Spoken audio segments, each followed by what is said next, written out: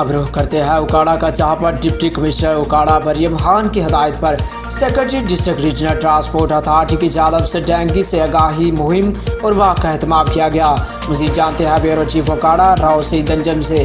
جی راؤ سعید انجم، تفصیلات سے آگاہ کیجیے گا۔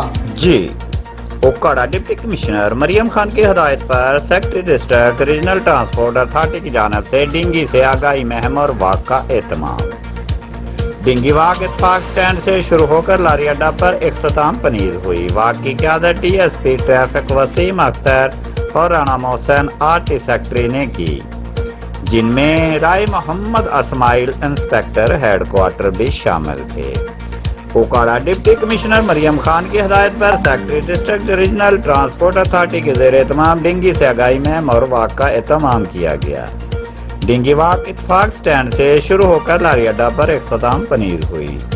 واک کی قیادت رانا محسن خان آر-ٹی سیکٹری اور Waseem Akhtar D S P traffic نے کی۔ ڈینگی آگاہی واک میں ٹرانسپورٹر، سول سوسائٹی اور کثیر تعداد میں شہریوں نے شرکت کی۔